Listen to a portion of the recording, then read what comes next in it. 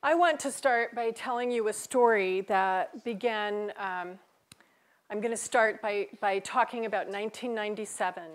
A hot summer night, I was at the Billick Rock Art Studio. Donna and I had been pushing clay around most of the day, and we began reflecting on how amazed we were at how my scientific inquiry into the study of insects had intersected with her nearly 40-year career in the visual arts, and how this had really changed both of our perspectives very dramatically.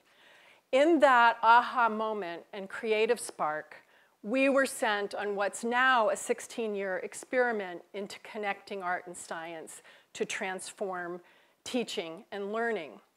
And this was really the birth of the Art-Science Fusion program. So this talk is about the power of that spark and how connecting art and science transform us. So as Jill Bolte-Taylor says very eloquently in her TED Talk, stroke of insight, thank you. I almost said inspiration, but that could have been just as good. The two hemispheres of our brain connect with the world around us and gather information in really different ways. So the right hemisphere of the brain in the present moment, thinking visually, learning kinesthetically as we move our bodies. The left hemisphere taking all that information, categorizing it in the context of everything we've learned in the past and what we intend to do with that in the future. We wondered what would happen if we drew students into an engagement where they connected that very logical, linear, analytical left brain thinking with the creativity and the emotion of the right brain. So what would happen in a classroom if we could unite the common elements of art and science? Would artists get better access to scientific literacy? Would scientists have better access to art so they could use that for expression? Could we build a forum for collaborative learning where teachers became learners and learners became teachers? And in that environment, would we catalyze passion and creativity and innovation? I discovered the power of connecting art and science through personal experience. I began my academic career in the entomology department at the University of Hawaii, Manoa, and I ran the science race. I built a laboratory, I wrote grants, I wrote papers. I was thrilled by the discovery of award-winning discoveries. There was a lot of meaning and reward in my work. So what happened? What took me from this very single-minded focus in science into a world where I was connecting science to art and art to science? It began in January 1994. I learned I had breast cancer. I was just 40 years old. Like most people told they have cancer, and especially because I was young and I was determined to raise my daughter Sophie to adulthood, which I can just barely say with her here in the audience. The first thing I wanted to know was what were my chances? It didn't take me very long to get those longevity charts and find out that my 3 tumors and 13 positive lymph nodes gave me the odds of about 40% to make it to 5 years. This illness and the confrontation with my own mortality really stopped me in my tracks. And as hard as this time was, it was a gift because it forced me into this very present consciousness where I could really ask, what do I want to do with my time? What do I want to do in the time that I have left? In this reflective time, I really began thinking about my own passions. And I knew already that I loved teaching. And it became clear to me that the place where I could make the greatest difference was through education and learning, that I could create a ripple effect by engaging someone in meaningful learning. And they would take that meaningful learning and pass it to someone else who would pass it to someone else. So I knew what I wanted to do, but I really didn't know how I wanted to do it. When I was invited to the entomology department at UC Davis, I was very excited about being at this large Tier 1 research university. I knew I would encounter and touch a lot of students, and it felt like I was being given the opportunity to live my dream. So once I was on campus, I became immediately immersed in teaching very large science classes, some actually in this very room. And I found myself incredibly challenged. It seemed like the way I had learned to teach and the traditional strategies I had at hand weren't very engaging to the contemporary California student. So I began searching for alternatives. And it was during this time that I met Donna Billick, and she inspired me to start doing my own sculptural work. It was while I was sculpting these mating grasshoppers, and any of you who know an entomologist know we're obsessed with six-legged sex, for a large-scale public mosaic, I started to realize the power of kinesthetic learning, the power of what went from my hands to the visual to the scientific. And so the stone was thrown into the water, and the ripple effect began. Donna and I joined forces. We began teaching art science in the world of insects, and the students responded with incredible creativity, enthusiasm, and innovation.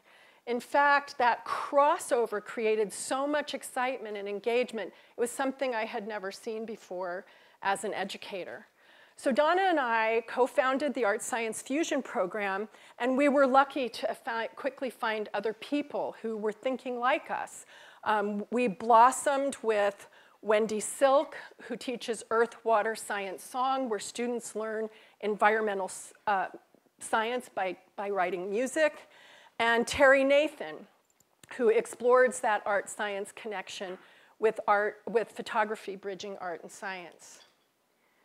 As we crossed this art-science divide, we did face some resistance from our colleagues in the humanities and in the sciences.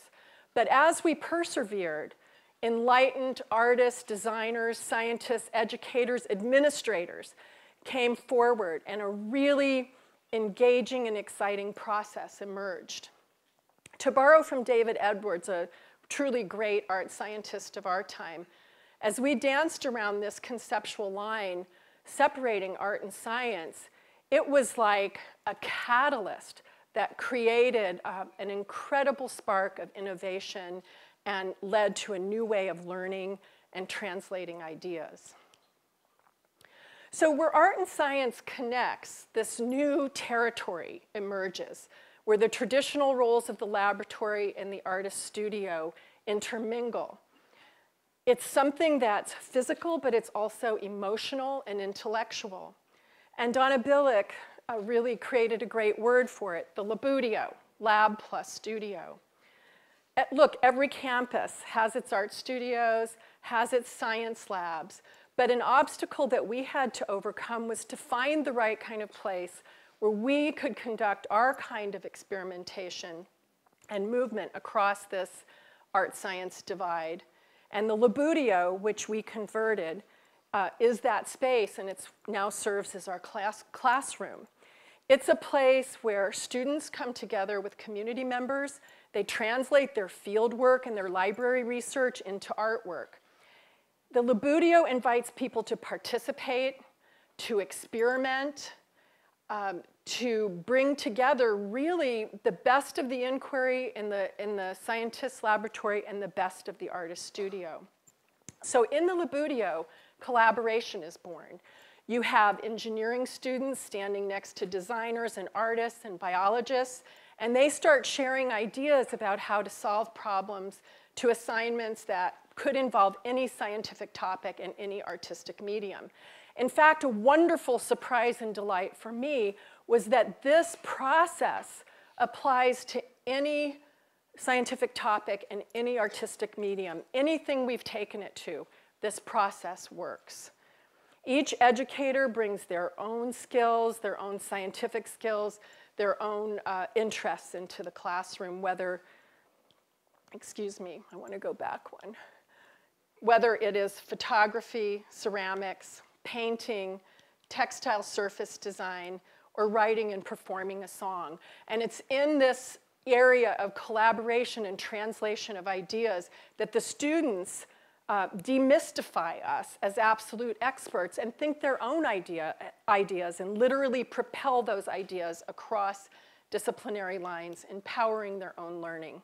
And this empowerment really starts immersed in the environment where the senses really take over, seeing, feeling, and smelling. And year after year, site after site, I'm inspired by seeing this happen as students discover the world around them. This process is powerful because it's not passive. As these constraints of the usual classroom fall away, this experience creates the kind of meaning that puts these students in a place where they can sustain the planet and change the world. So artists and scientists are both great observers. They bring that out into the ownership of their own learning. And as the students look and look again, their learning informs their creativity and their design.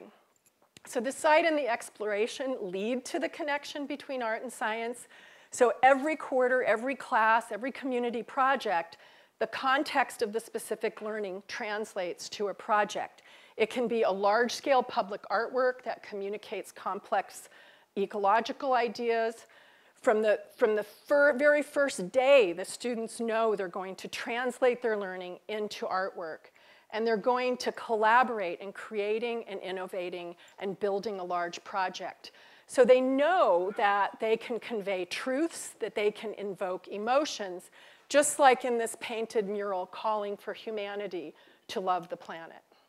Or this photograph that ingeniously calls the viewer to protect our air and our water. Or exploring the environment from soil horizons to the carbon cycle to song. This fusion across disciplines is what's really taken us into a new territory. So the ripple effect goes from the undergraduates to the community to the schools. Once a week, we open up the Labudio, and the community members come in. They come members of all ages, engaging in the artistic expression and learning whatever the lessons of the day might be. From the very beginning, instead of the kind of competition we normally see in the academic enterprise, the students collaborate and community is built because we're working towards a common project throughout each quarter.